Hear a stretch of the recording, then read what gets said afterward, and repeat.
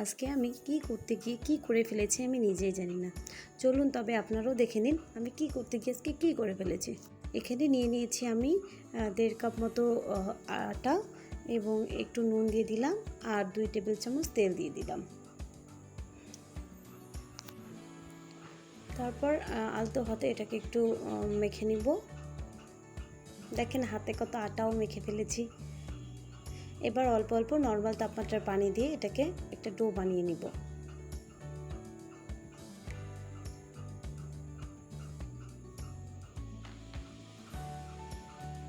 Do হয়ে গেছে, হাতে সামান্য তেল লাগিয়ে এটাকে আমি রেস্টে রেখে দিব কিছুক্ষণ।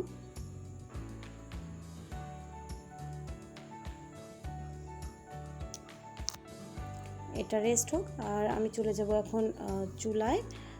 একটা ছোট্ট কড়াই উঠিয়ে দিয়েছি আর এতে দিয়েছি 2টা মিডিয়াম সাইজের পেঁয়াজ কুচি আর দিয়ে দিয়েছি একটু তেল, সঙ্গে দিয়ে দিলাম নুন, হলুদ গুঁড়ো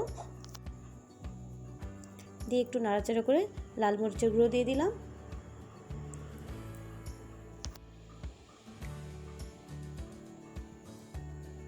একটু নেড়ে চেড়ে নিব। দিয়ে দিচ্ছি আদা রসুন বাটা 2 চামচ আর একটু বেসন মাঝখানে দিয়ে ভেজে নিব। তারপর সব একত্রে মিশিয়ে নিব।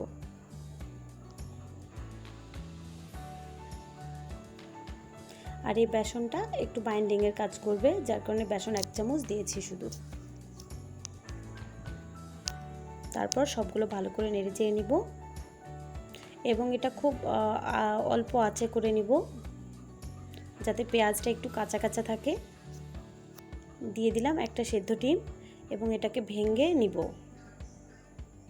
এবং চামচ দিয়ে এটাকে ভেঙে ভেঙে নিব এবং একটু গোটা গোটা থাকবে, একদম মিশিয়ে নিব না।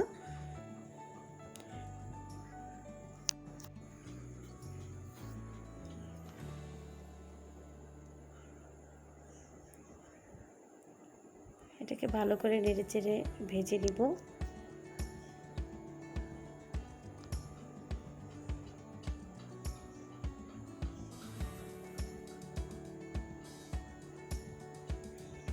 পুর আমার অলরেডি রেডি হয়ে গেছে। এখন দিয়ে দেবো একটু জিরে আর একটু ধনিয়া গুঁড়ো।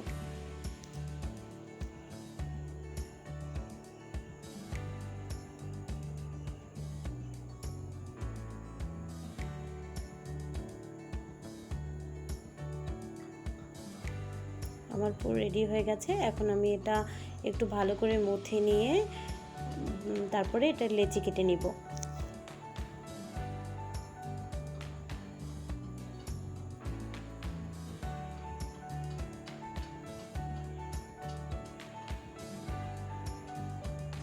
এবার দেখুন হাতের তলায় গোল করে নিয়ে আমি এটাকে রুটির মতো আঙ্গুল দিয়ে দিয়ে একটু মাঝখানটা জায়গা করে নিব পুর দেওয়ার জন্য। দেখেন আপনারা দেখলেই বুঝতে পারবেন। এবার এতে ভরে ভরে পুর দিয়ে দিব।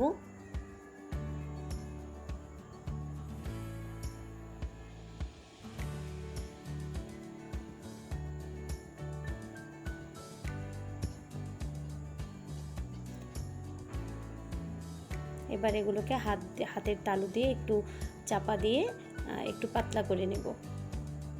এটা পাতলা খুব হবে না, একটু মোটাই থাকবে, না হলে পুরগুলো বেরিয়ে যেতে পারে। এবার এগুলো ভেজে নিব।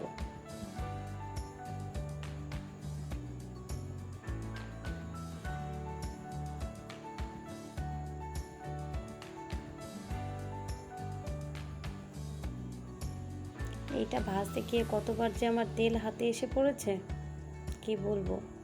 এই যে দেখুন আমি কি বানিয়েছি, হজবরল। তো ভালো থাকবেন, সুস্থ থাকবেন, আল্লাহ হাফেজ। কি বানিয়েছি বলুন।